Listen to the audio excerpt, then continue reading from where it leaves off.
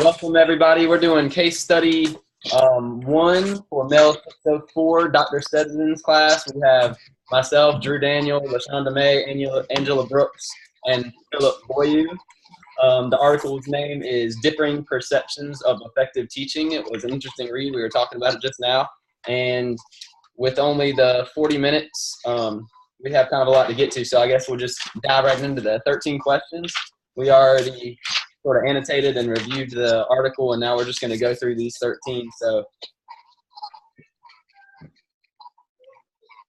number 1 says, based on your personal experiences, do parents exhibit differing perceptions? Well, I guess I should say first, I thought it was interesting how the case study gave you a good background of the school setting, the superintendent, the principal, the teacher, and so all that was the bulk of the article, and then the problem was just a couple pages. And so by reviewing these questions, we'll be able to talk about all that. But so number 1 is, based on your personal experiences, do parents exhibit differing perceptions of what schools should accomplish? Based on your personal experiences, do parents exhibit differing perceptions of what schools should accomplish? And I guess I'll just start off and say absolutely yes.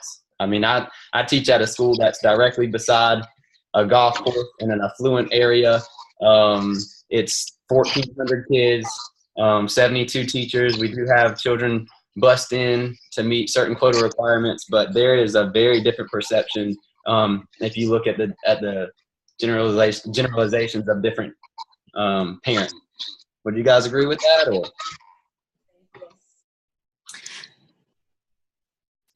I can't hear you, Philip. I can see you talking. Yeah, Philip, you're muted. There you go. Okay. Okay. So yeah, I definitely agree with what you're saying. Based off, I'm going to save that as my answer for the later on question that they have back here. Okay. Yeah, because I've worked in 2 schools from the different spectrums, and for example, the with perception of what the parents want and what the school system wants.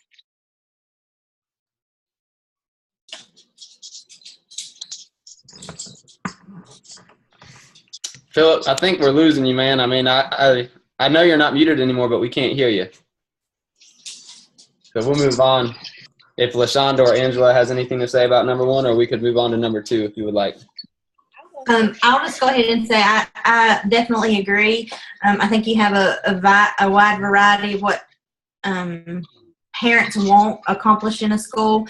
There are the ones who, are there at 6:30 to drop them off and are the last to pick them up. It's almost a daycare sort of a setting. It only interrupts their day if something, was to happen. And then you have parents who really want that rigor and want that excellent. And then you have the emotional parents who want all the needs of the child met, which I do think, schools are good at doing, but I think it's hard sometimes to do. And I know that goes into another question, but it is hard to meet everything all the time to everybody.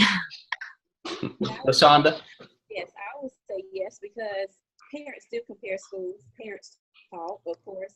And a lot of times they look at the resources that the school does and does not have. I mean, they even look at the qualifications of the staff and what have you, for the most part. But I would say yes. Okay. And then the second one was asking, what influences our values and beliefs regarding the purposes of public education? So this was a public school. It was an elementary school. The teacher had been moved, I think, from a higher what grade was she moved from? It was 5th grade to 3rd? 1st grade to 3rd, I think. Okay. And so the question is asking, what influences values and beliefs regarding the purposes of public education? And for me personally, I think it's driven by the vision of the county and the district you're in, the superintendent. I believe that by providing that vision to the teachers, it's almost like a coach of a team. Everybody's kind of going towards that right now. Like in Wake County right now, we have this thing called Vision 2020 and the 4 C's: collaboration, creativity. I could name them off for you. But so that's what, I base everything off of in my classroom. How about you guys? Yeah, it's definitely, I think, of politics and the community norms. Can you hear me? Yes, sir. Yeah. Okay, I think it worked. All right, yeah, so definitely I would say what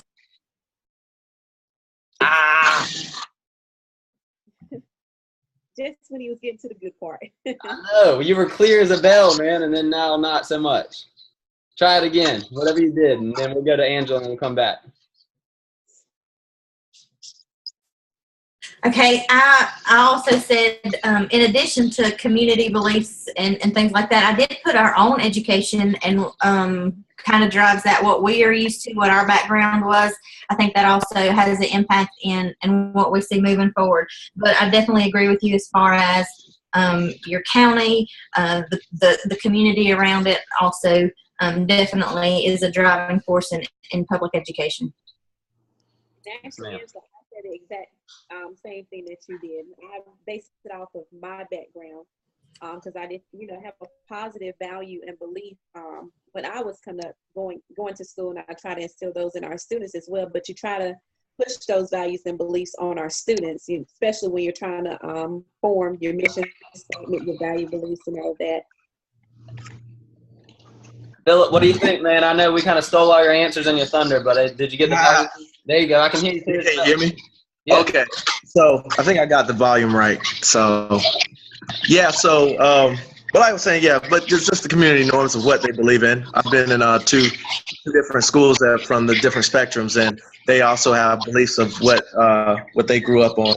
The beliefs in the community, what they grew up on, and what's going on in the economy, and pretty much just the cultural areas of what they believe in and their values.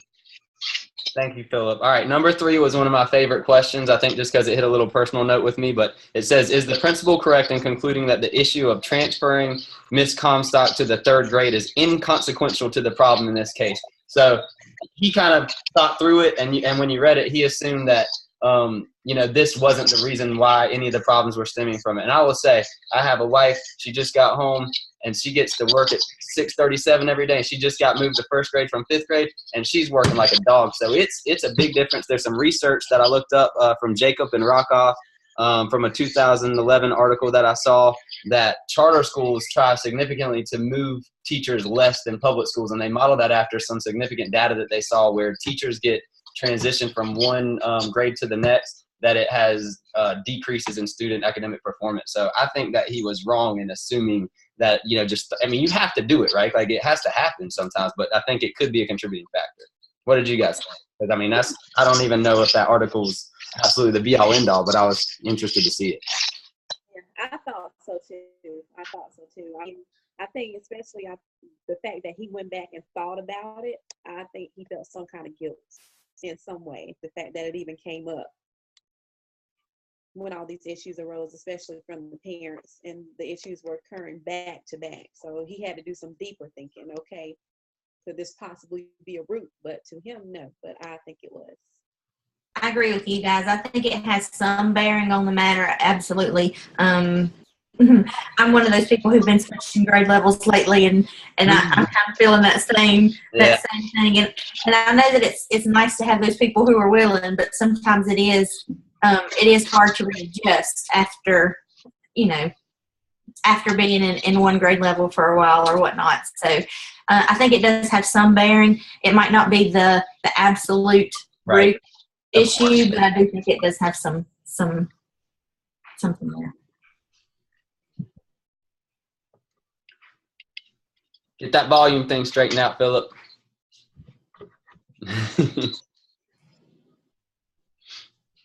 And while you're doing that, we can move on. And I feel like number 4 was a pretty simple, short answer, but it says, if you were that teacher, Alicia Comstock, would you have wanted to be at the meetings with the parents? Why or why not? I'll let you guys start. I feel like I was kind of starting every question and hogging the situation there. So you guys go ahead. Whoever wants to speak up. This kind of goes into another question. I'm sorry, Lashonda. You're fine. I was going to say you can go ahead if you want. Okay. I feel like my answer kind of goes into 2 different questions. I put that I would have wanted to be in the meeting. However, I don't know that I would have wanted a public forum about my classroom. Yeah. So I think that was one of the things about, well, what would you have done differently? I'm not sure that I would have had a meeting quite like that for parents to come to, but if there was a meeting like that, I do think I would have want to be there because, I don't know, I feel like if it's basically about my classroom and my procedures, that would have been good for me to have input and been able to explain my rationale for things. I would have said yes too, Angela, with the presence of administration as well. Bottom line is just to let the parents know that I do support them. But the bottom line is the students come first, but it's going to take a connection between home and school, you know, to make things work. But basically get their input from everything. But I would say yes, I would have liked to been there.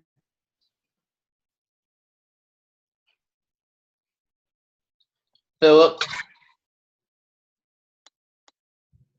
No. Yeah. Oh, okay. Well, if he had a meeting like that, I would probably wouldn't want to attend because it was with the principal and the parents. And if anything, they can get feedback because, you know, I think as a principal, it's their job to get that information from them before. But so I saw that some of in the readings, some of the parents didn't see the teacher in the beginning.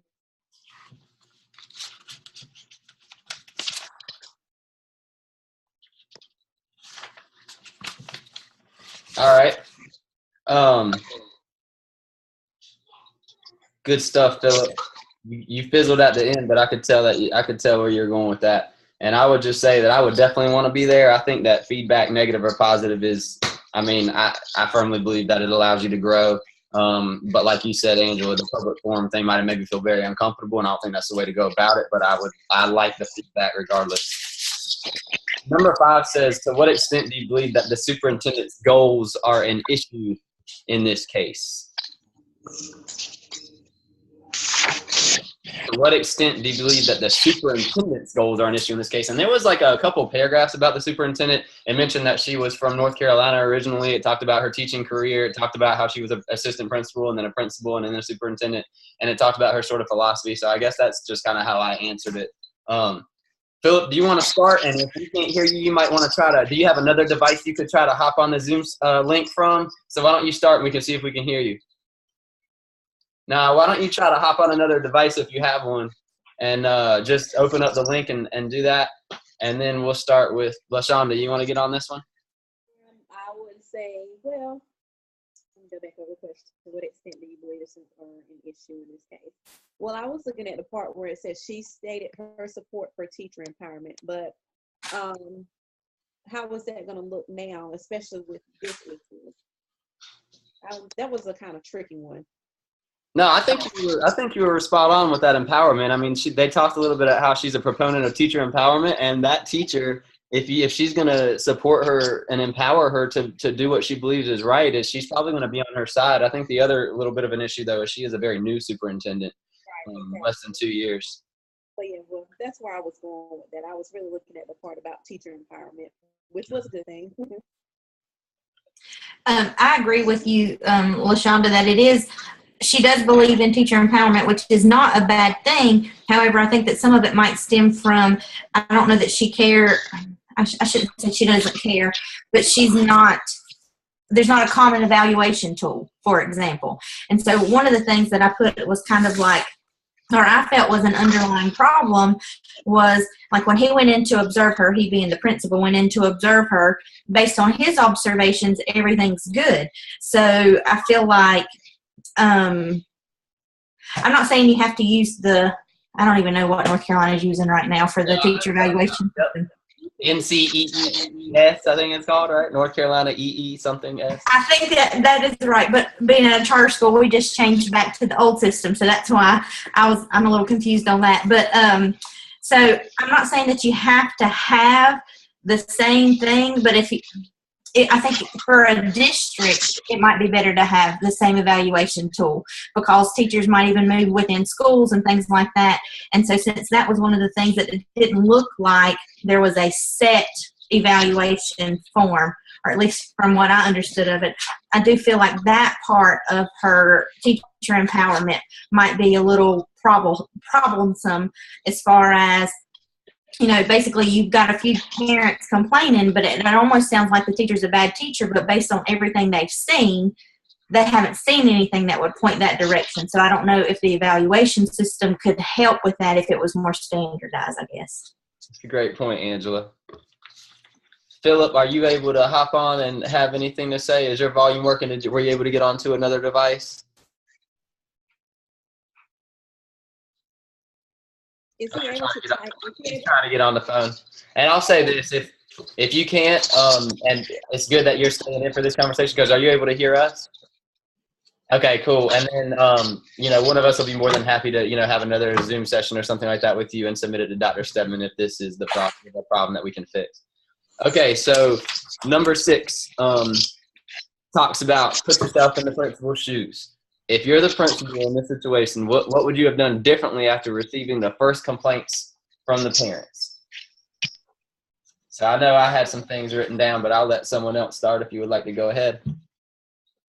Did it say anything in the? I don't think it did about them even trying to contact. What is her name? Miss Farmstead or something? I think it was. Yeah, Miss Comstock. Yeah. Did it say anything about them even trying to contact her first? I think he went to see her, but then he ended up just going to the other teachers and asking, well, how much homework do you give? Well, how much homework do you give? I think that's how it started out.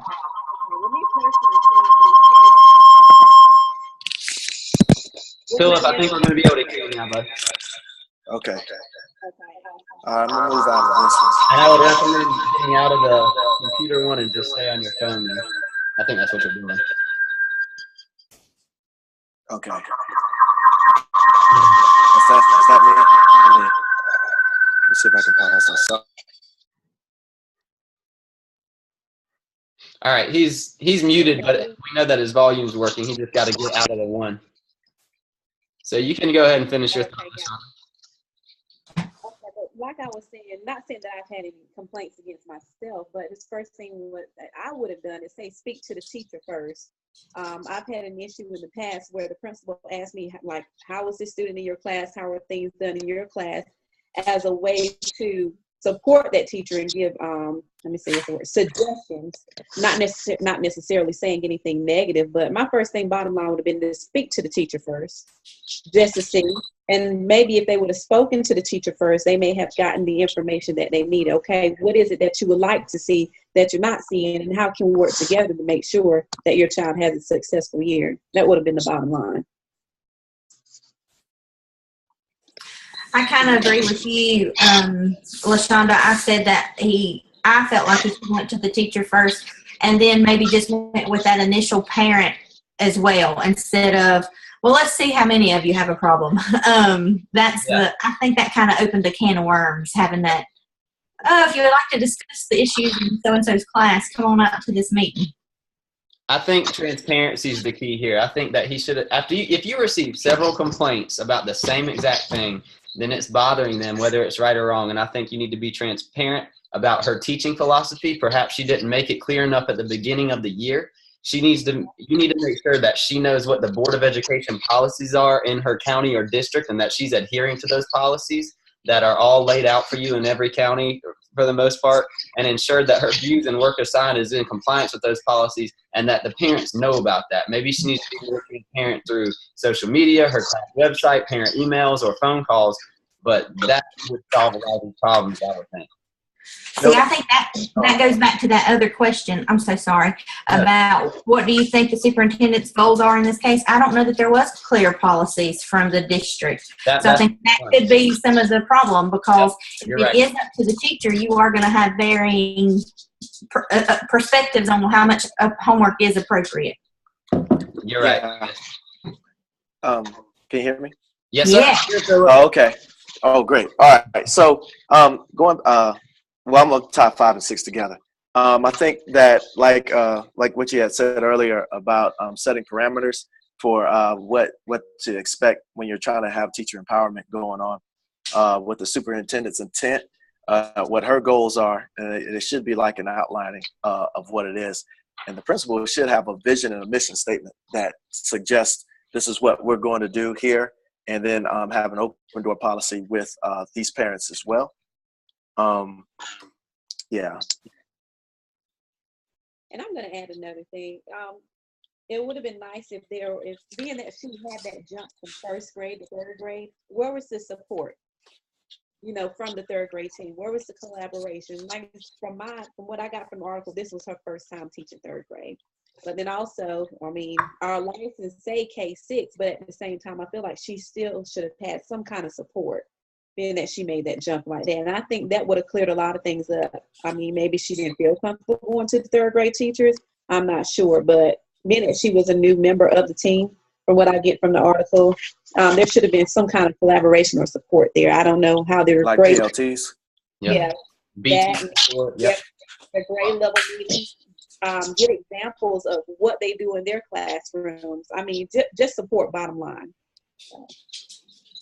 I agree. I kind of feel like she was hung out to dry just a tiny bit there. Yeah, I left her on an island. And you guys see how much time is left in this recording? Because I know we've been taking a fair amount of time. I can't, usually it's up top, but I'm not able to see it right now. I think it does a 10-minute rundown when it gets to 10 minutes. So right now, I think we got a little bit of time then. So, so the next one, number 7, Philip, I'm sorry. You said you were tying 5 and 6 together. Were you done there? Yeah, I was done. I just wanted to tie the superintendent's goals with what the principal was doing. Sounds good. All right, and we can hear you clear as a bell now. Number 7. Okay. What are the difference between formative and summative evaluation? What does the principal seem to favor? This was clearly stated in the article, and I think any educator, especially ones who are pursuing a master's degree, know what the difference between formative and summative assessments. This is a fairly straightforward question. I'll let you guys go ahead and jump on it. Philip, why don't you jump on that? Well, I thought he took the since the evaluations were going to be in March, and the parents was asking them what's going on in the classroom, and well, not really what's going on in the classroom, but the simple fact that, do you agree with what the teacher is doing? And then he really did not know. It looked like he did not know, because he said his evaluation said he doesn't going to start evaluating until March. Yes. And so when he said it in March, that means he really, I mean, the only thing he really asked was there any homework? I mean, not homework, how much homework were you doing? Really didn't see a problem until the parents were coming in complaining about the homework. He didn't know that it was going on. Yes, sir. What do you ladies like to chime in on that, number 7 there? I thought that he was going in, but maybe I read it incorrectly. Hang on. That's what I'm going back trying to look at too.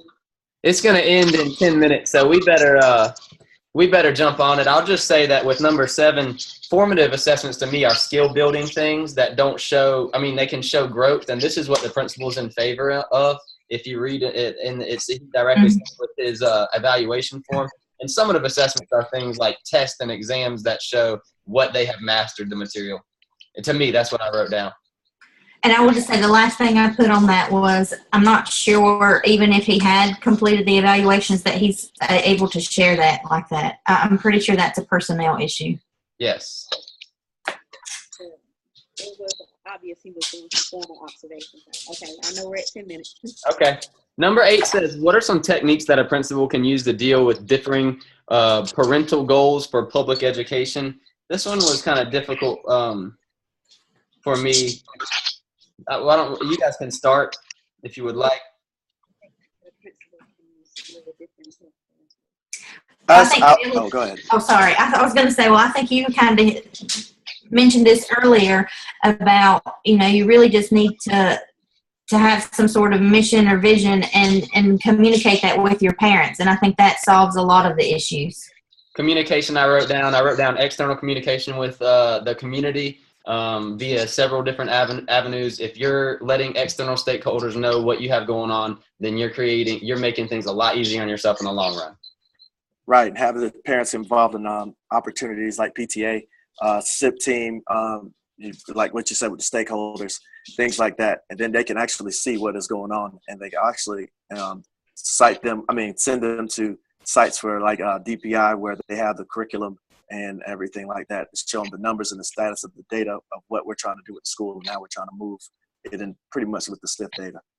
Yeah, and I put transparent communication between internal and external stakeholders in any way possible, whether it's through the county website, the school website, and also parents serving on, like you said, Philip, PTA, the SIT team, invite them to come to those meetings that they can come up. Just increase parental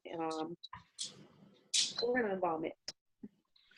Number 9, basically we were to make judgments about the meetings that took place. And it says, what judgments do you make about the parental attendance at the 2 meetings? I thought there was 1 meeting, and I read the thing through twice, but there was the one big meeting at the end that I was thinking about. There was 11 parents of 11 different children, and about a third of them were in favor of Miss Comcast, and the other 2/3 were not in favor of her. But the initial feeling that I got, one judgment I made, was that most of the complaining seemed to come from privilege, from people of privilege, who seemed to disregard the fact that this was a public school and that there was a diverse group of students.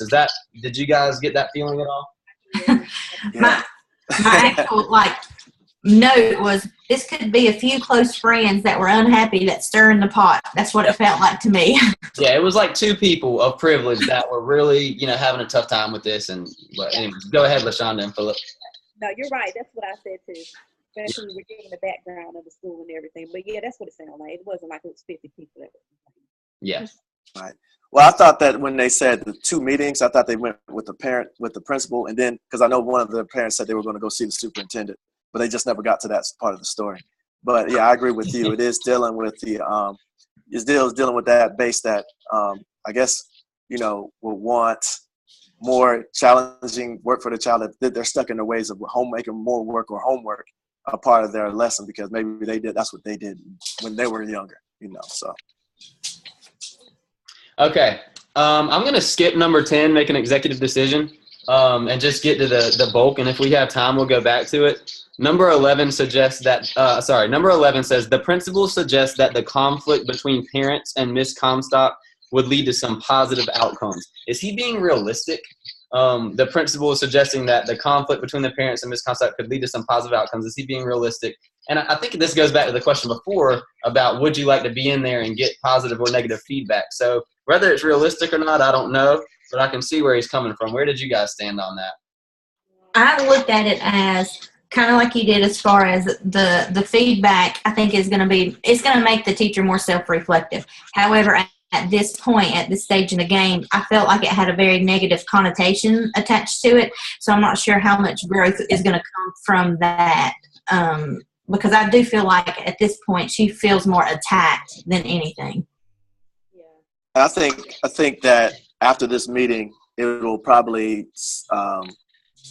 PLTs will start getting involved where third grade teachers, our fellow third grade teachers will get involved with what's going on with homework, and they come up with the rules and spread it across the board of how they're going to do homework and any other type of assignments moving forward from after this meeting that they had.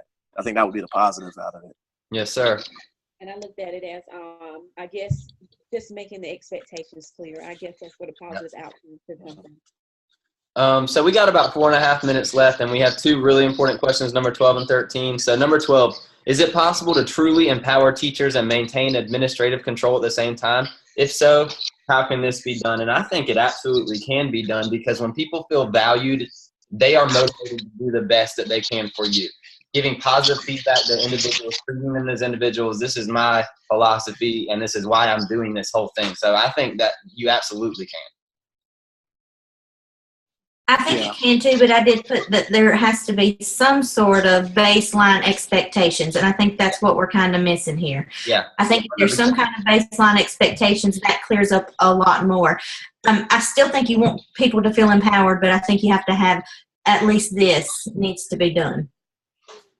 Yeah, and if they are going to do it, I think it's going to be possible as long as they have a mission, and they set school parameters for teachers to follow. But at the same time, allow those teachers to have autonomy and establish their own curriculum. And I would say yes, because I am empowered myself, but that's because my administrator, she makes it clear to plan and do accordingly. And she's talking about the expectations that we are expected to follow. So I say yes, it can be done. And I think if you set those guidelines at the very beginning, as Todd Whitaker says in his article, What Great Principals Do Differently, by asking for feedback from teachers, if you delegate responsibilities to great teachers and hire great teachers and empower them, that's where I was going with that. But you're absolutely right. If you don't lay it out, the right way from the beginning, it's just like if you don't do the right thing on the first day of class, it's going to be an unruly school that gets out of control quickly. All right, and the last question, we'll try to jump back to number 10 if we get time, but number 13, analyze the leadership style of this principal. What are his strengths and weaknesses? And I will say that when I read it, I thought he was he seems like a pretty good principal. I was a little concerned that he doesn't get he delegates all of the menial tasks that what he feels to the assistant principal. Did you guys read that? And that kind of bothers me. You really learn a lot from that stuff. Yeah. I thought that he took, and I remember some of the first articles where we read in our 601 class, and I thought he was more of a democratic type style, because he did ask for input from different teachers and things of that nature. But then, so I don't know if that was the way that the question was going, but I was looking for a specific style there. No, I actually wrote democratic too. I wrote the exact same thing, Angela. So that's. Yeah, I said democratic. Yeah, I just think he just made a bad call.